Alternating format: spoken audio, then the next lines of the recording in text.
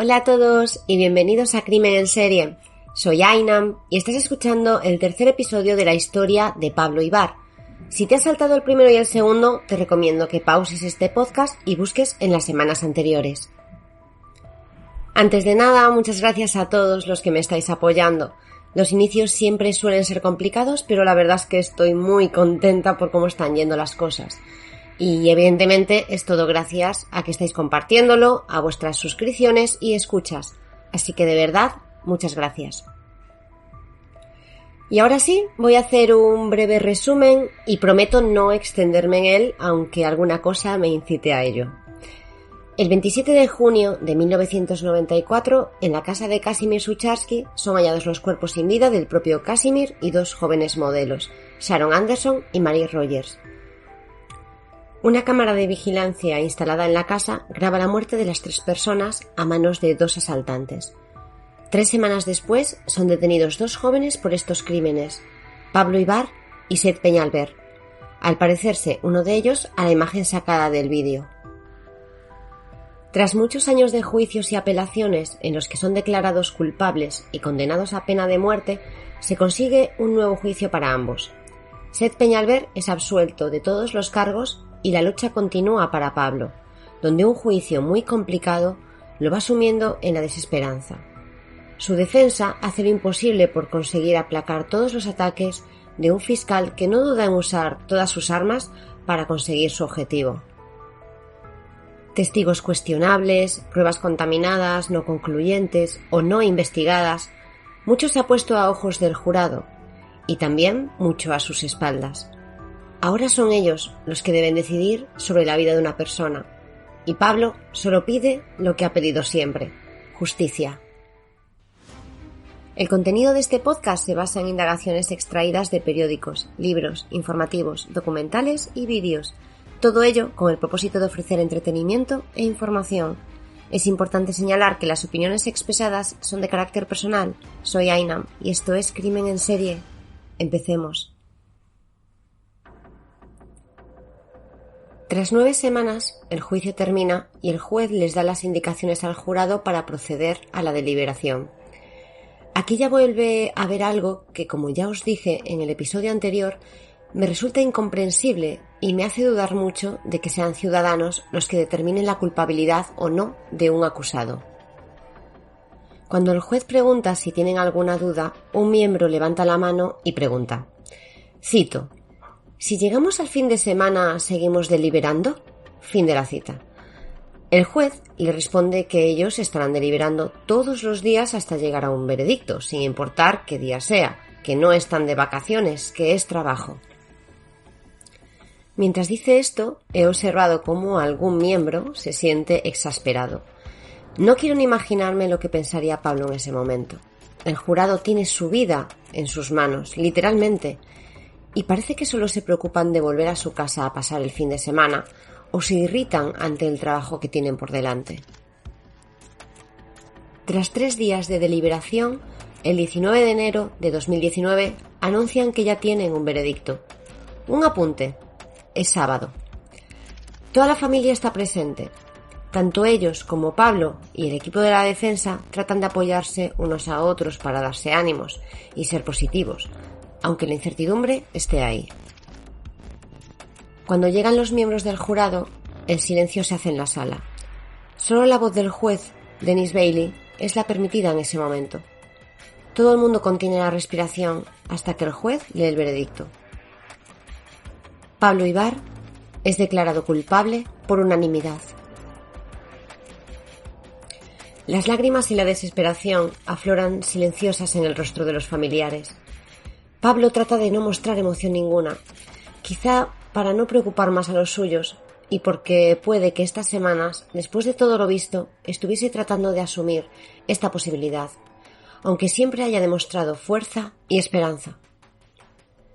Mientras vuelven a esposar a Pablo, el juez le dice al jurado que con esta deliberación siguen teniendo la responsabilidad de la fase condenatoria, donde tendrán que decidir entre cadena perpetua o pena de muerte.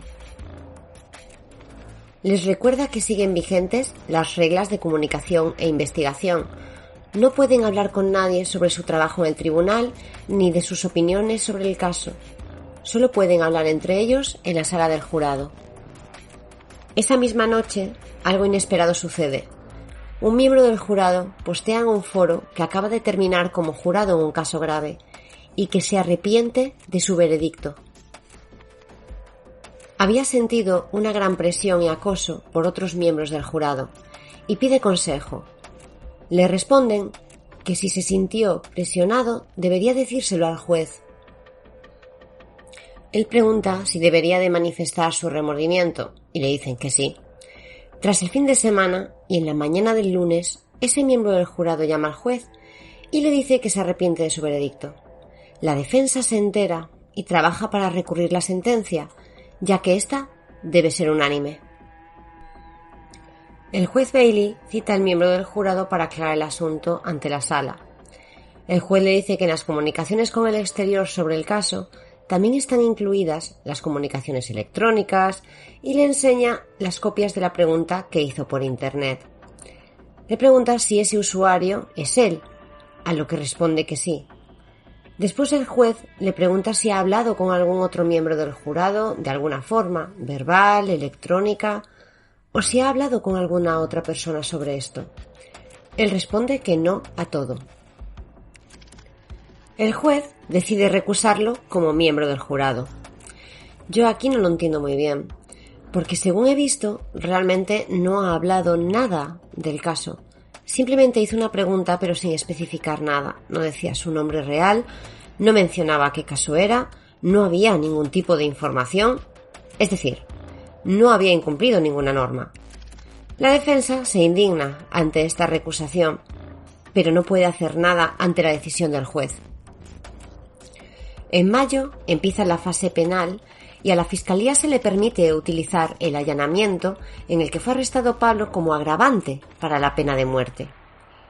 La defensa protesta, ya que Pablo ya había sido juzgado por este crimen, pero la protesta es denegada. Esto es algo que daña mucho la imagen de Pablo, ya que en ese allanamiento él iba con una camiseta enrollada en la cabeza, al igual que el asaltante de los crímenes de Miramar. Llaman a declarar a una de las víctimas de ese allanamiento, que en aquel entonces estaba embarazada de 8 meses. Relata cómo los tumbaron y los ataron a punta de pistola, y cómo el chico de la camiseta enrollada la amenaza con un cuchillo de carnicero.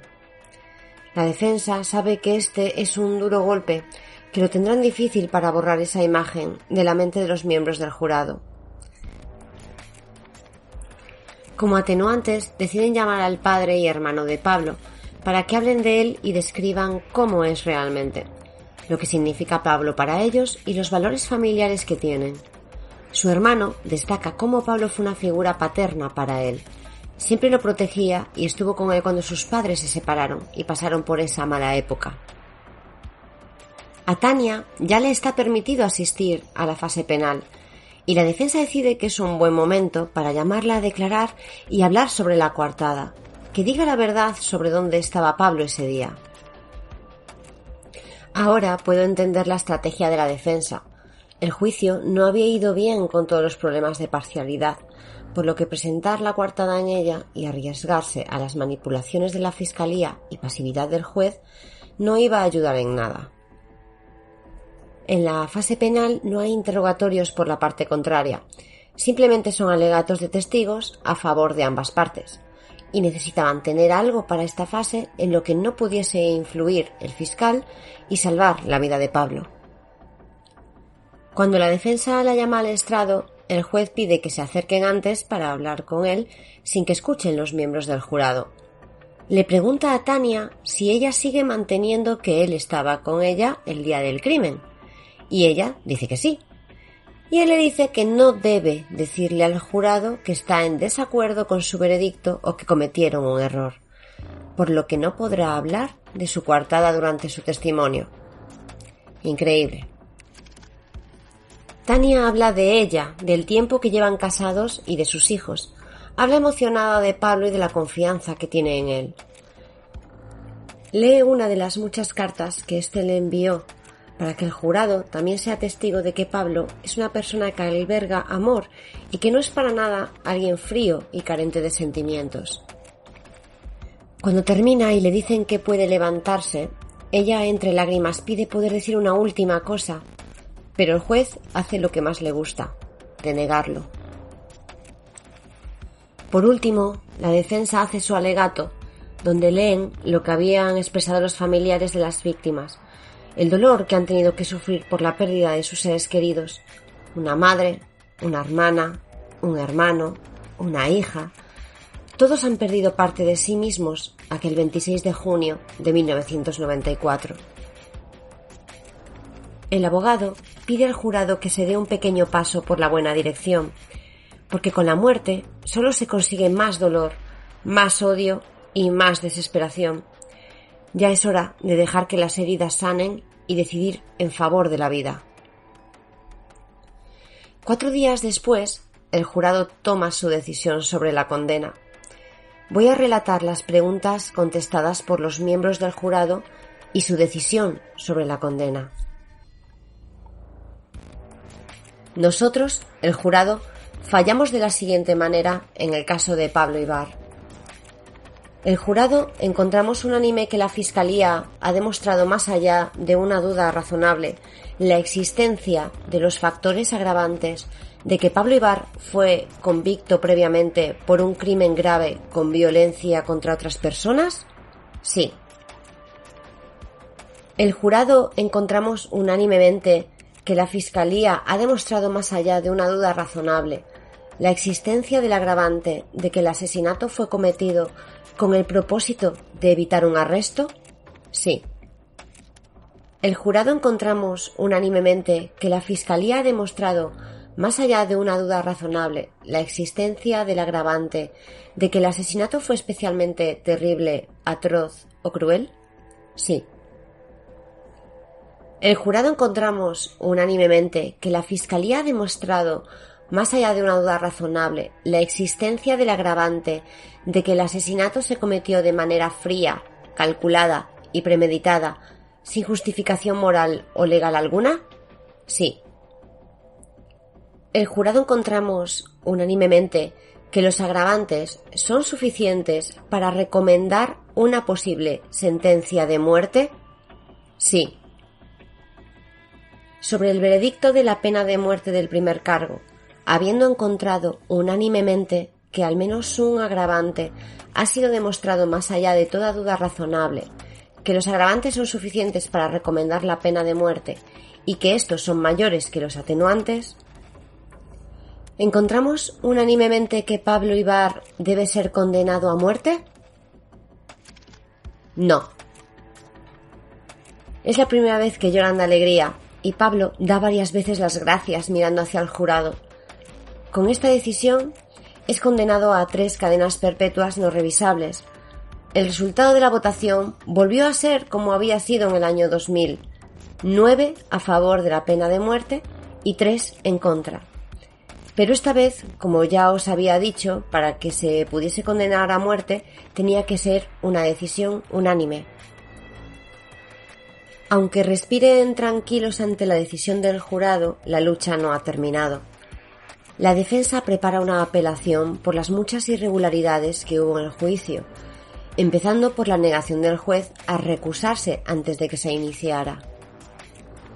De hecho, recibió una reprimenda pública por violación del Código de Conducta Judicial por parte del Tribunal Supremo de Florida en un caso que había celebrado en paralelo al de Pablo, y un año después fue sustituido de su cargo de magistrado al perder las elecciones. Joe Nascimento se queda al cargo de la defensa de Pablo para la apelación, pero los costes son altos. Ascienden a $200.000. La asociación Pablo Ibar Juicio Justo ha puesto en marcha una campaña para poder seguir ayudando. Podéis entrar en www.pabloibar.com y en ella también podréis conseguir mucha más información sobre el caso. En julio de 2021, el abogado de Pablo presenta el escrito de apelación ante el Tribunal de Florida y reclama la repetición del juicio. El recurso expresa en 13 motivos las numerosas irregularidades y decisiones de absoluta parcialidad en las que incurrió el juez Dennis Bailey y el que se le acusa de vulnerar derechos constitucionales. En febrero de 2023 se celebra la vista de la apelación por videoconferencia y el abogado solo dispone de 20 minutos para exponer todos los motivos, que realmente me parece poco, con todo lo que hemos visto que ha sucedido en el juicio. El tribunal podrá hacer preguntas y también podrá hablar el fiscal del caso para resolver dudas que tengan los jueces. Cuando se realizó, el letrado pudo hablar sin apenas interrupciones.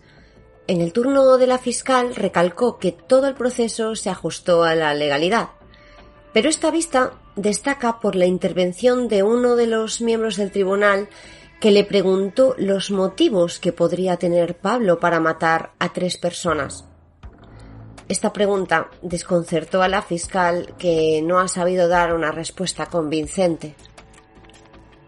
En junio de 2023 hay una decisión. Deniegan el recurso de reposición y es otro duro golpe. Actualmente se está preparando el recurso para presentarlo ante el Tribunal Supremo de Florida, el cual fue el que en la apelación anterior fue la revocación de la condena a pena de muerte y quien aprobó la repetición del juicio. Aquí sí que tengo más esperanzas, pero no sé hasta qué punto estarán a favor de una nueva repetición del juicio. Y en el caso de que lo haya, esperemos que esta vez sea totalmente justo. No quiero terminar este caso sin dar mi absoluto apoyo y ánimo a la familia y sobre todo a Pablo. Esperemos que más pronto que tarde podamos dar la buena noticia de que está en casa, rodeado de quien siempre, aunque lejos, estuvo a su lado. Por mi parte, no voy a dejar de seguir este caso e iré actualizando información en Instagram, @crimenenserie, y anunciaros que ya tengo página web www.crimenenserie.es, donde iré añadiendo más datos sobre los casos que iremos relatando. Podéis registraros para recibir notificaciones y así estar al día de toda la actualidad. Si al final se repite el juicio, haré un nuevo podcast sobre él, así que estad atentos a las publicaciones. Como siempre, me encantaría leer vuestras opiniones. No todas las plataformas dejan comentar, pero para aquellos que queráis hacerlo, también podéis por Instagram o en la página web. Os recuerdo que para más información podéis visitar la página web www.pabloibar.com, el libro En el corredor de la muerte de Nacho Carretero y ver el documental El Estado contra Pablo Ibar en HBO. No olvidéis seguirme y compartirlo con vuestros amigos y familiares y así me ayudáis a crecer. Muchas gracias por estar ahí y hasta la semana que viene.